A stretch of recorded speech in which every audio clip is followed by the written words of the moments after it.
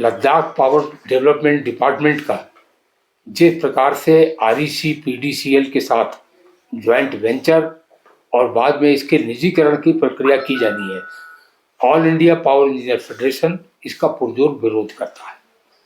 हमारे विरोध के बुनियादी कारण, पहला कारण तो यही है कि लद्दाख एक बहुत ही सेंसिटिव प्रांत है। इसकी चाइना से और पाकिस्तान के साथ इसका बॉर्डर मिलता है और बिजली के निजीकरण का मतलब है साइबर सिक्योरिटी का खतरा। यह खतरा देश को नहीं लेना चाहिए, यह राष्ट्रीय हित में नहीं है, इसलिए इसको इस निजीकरण के फैसले को वापस लिया जाए। दूसरी बात यह है कि इलेक्ट्रिसिटी भारत के संविधान में, कॉन्स्टिट्यूशन में कॉन्करेंट सब्जेक्ट है। कॉन्करेंट सब्जेक्ट का मतलब ये होता है कि राज्य का और केंद्र का बराबर का अधिकार होता है। अभी जो ज्वाइंट वेंचर की बात है उसमें राज्य का तो 49% हो रहा है और केंद्र का जो आरईसी पीडीसीएल है उसका 51% हो रहा है। तो यह कॉन्करेंट लिस्ट पर है, इसका उल्लंघन हो रहा है, यह स्वीकार्य नहीं है। तीसरी बात यह है कि डिस्ट्रीब्यूशन इलेक्ट्रिसिटी का पूरे कंट्री में राज्यों के पास है, यह कहीं पर भी ज्वाइंट वेंचर में नहीं है। चौथी बात यह है कि आरईसी पीडीसीएल एक कंसल्टेंसी कंपनी है। आरईसी है रूरल इलेक्ट्रिफिकेशन कॉरपोरेशन और आरईसी पीडीसीएल है rural electrification corporation power development consultancy limited. एक कंसल्टेंसी एजेंसी इस राज्य का, सीमावर्ती राज्य का डिस्ट्रीब्यूशन का काम संभालेगी, जिसको 1 घंटे का भी डिस्ट्रीब्यूशन का कहीं का भी पूरे देश में अनुभव नहीं है, यह भी अस्वीकार्य है, नॉट एक्सेप्टेबल। इससे अगली बात यह है कि ज्वाइंट वेंचर अभी हाल ही में जम्मू कश्मीर में 2021 में ट्रांसमिशन का और पावर ग्रिड की ज्वाइंट वेंचर की बात थी। वहां के बिजली कर्मचारियों ने इसका विरोध किया और गवर्नमेंट को उसको वापस लेना पड़ा, जो एक उचित कदम था। इसलिए यहां पर भी जो ज्वाइंट वेंचर हो रहा है इसको वापस हर हाल में लिया जाना चाहिए। ज्वाइंट वेंचर से पहली बात तो बिजली की व्यवस्था सुधरने नहीं जा रही है। दूसरी बात, बिजली की दरें बढ़ेंगी। लद्दाख कोई कमर्शियल स्टेट नहीं है, लद्दाख के लिए बिजली कमोडिटी नहीं है, लद्दाख के लिए बिजली एक सर्विस है और यह सर्विस केवल सरकारी विभाग दे सकता है। सरकारी विभाग घाटा उठाकर भी यह सर्विस दे रहा है। जरूरत क्या है लद्दाख में? लद्दाख में जरूरत यह है कि जो लद्दाख का डेवलपमेंट हो रहा है पावर सेक्टर का, उस डेवलपमेंट के अनुरूप कर्मचारियों की भर्ती की जाए, इंजीनियरों की भर्ती की जाए, उनके नए पदों को बढ़ाया जाए, जिससे वो जो कंज्यूमर्स हैं उनकी समस्याओं को हल कर सके। यह कोई इंडस्ट्रियल स्टेट नहीं है, यह कोई कमर्शियल स्टेट नहीं है, यहाँ गरीब लोग रहते हैं, हिल स्टेट है जहाँ जाड़े के दिनों में बहुत ज्यादा बिजली की आवश्यकता होती है। तो प्राइवेटाइजेशन के बाद प्राइवेट सेक्टर तो मुनाफे के लिए आएगा, बिजली की कीमतें इतनी हो जाएंगी कि यहाँ का कंज्यूमर, यहाँ का आम नागरिक लद्दाख का, वह तो परेशान हो जाएगा, आम नागरिक तो मर जाएगा। इसी कारण से मैंने ऑल इंडिया पावर फेडरेशन की ओर से कल दिल्ली से आके सबसे पहले यहाँ के रिलीजियस बॉडीज की, यहाँ के स्टेक होल्डर्स की, जिसमें व्यापार मंडल के लोग थे, ट्रांसपोर्ट के लोग थे और लोग थे, उनकी सबकी जो प्रमुख लोग थे लद्दाख के, उनकी मीटिंग किया है और उन लोगों ने भी लेफ्टिनेंट गवर्नर के नाम एक अपना मेमोरेंडम दिया है, उसकी कॉपी भी मैं आपको दे दूंगा। मैंने भी लेफ्टिनेंट गवर्नर से टाइम मांगा है। मैं एक बात बहुत विनम्रता पूर्वक कहना चाहता हूँ, लद्दाख में पावर डेवलपमेंट डिपार्टमेंट का निजीकरण हम स्वीकार्य नहीं करेंगे। देश के 27 लाख बिजली कर्मचारी और इंजीनियर जरूरत पड़ेगी तो इसके विरोध में लोकतांत्रिक ढंग से जो भी आंदोलन संभव होगा उस आंदोलन को हम करेंगे। आखिरी बात मैं यह कहना चाहता हूं आपके माध्यम से, electricity in Ladakh is not merely an economic commodity, it is a social lifeline and a strategic necessity.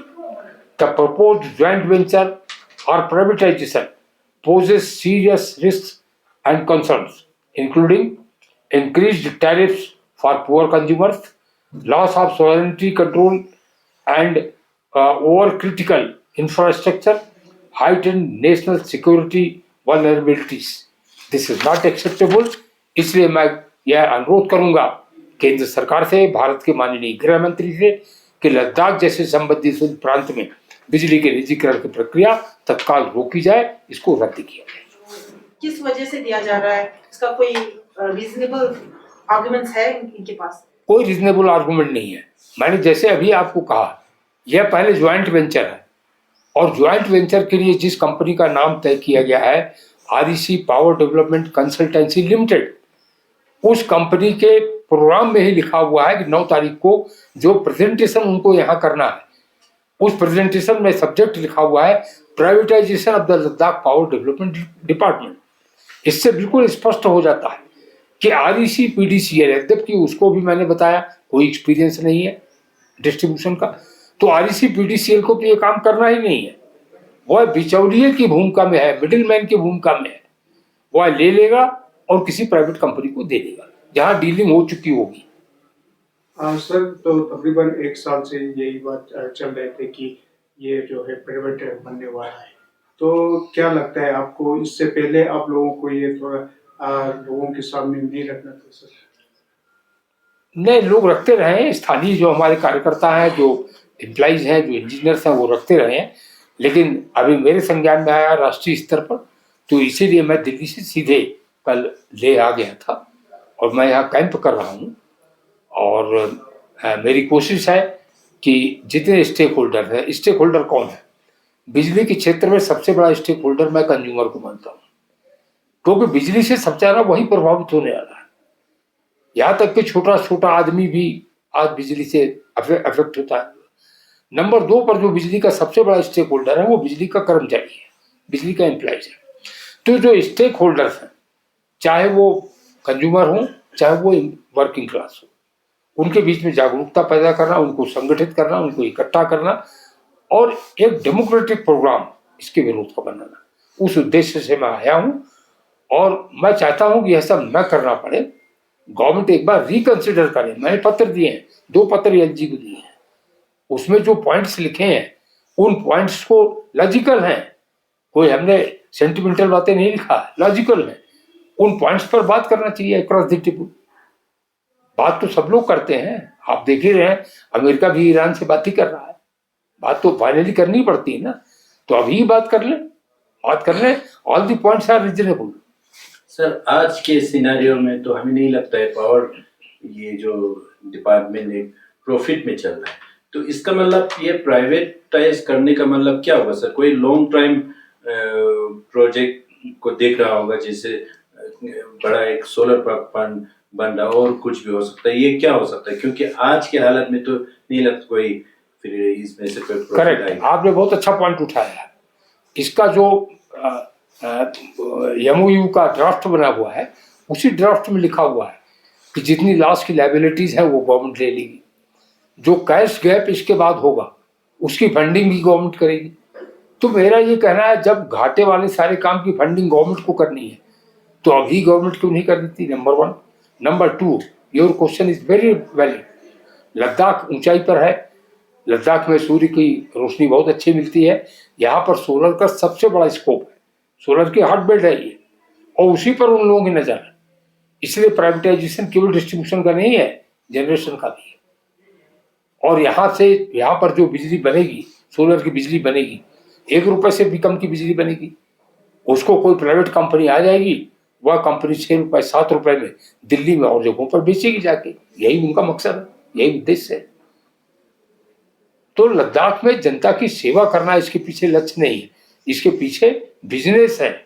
यह बात हम लोगों के सामने मैं रखना चाहता हूँ। सर, अगर ये कोई, आपने जिस तरह से कहा कि आपने एलजी को 2 पत्र लिखे हुए हैं, तो कोई मिडिल ग्राउंड नहीं आया, तो उस पर आप नेक्स्ट स्टेप क्या उठाने वाले हैं? मैं अभी इंतजार करूंगा, वार्ता होनी चाहिए, और नहीं होती वार्ता, अगर बिना वार्ता के एक तरफा वो आगे बढ़ते हैं तो मैंने कहा पूरा देश खड़ा होगा और इसके विरोध में आंदोलन होगा। और यह आंदोलन केवल कर्मचारियों के लिए नहीं, कंज्यूमर्स के लिए भी होगा, और सबसे ज्यादा लद्दाख की जो स्ट्रेटेजिक सिचुएशन है राष्ट्रीय हित में होगा।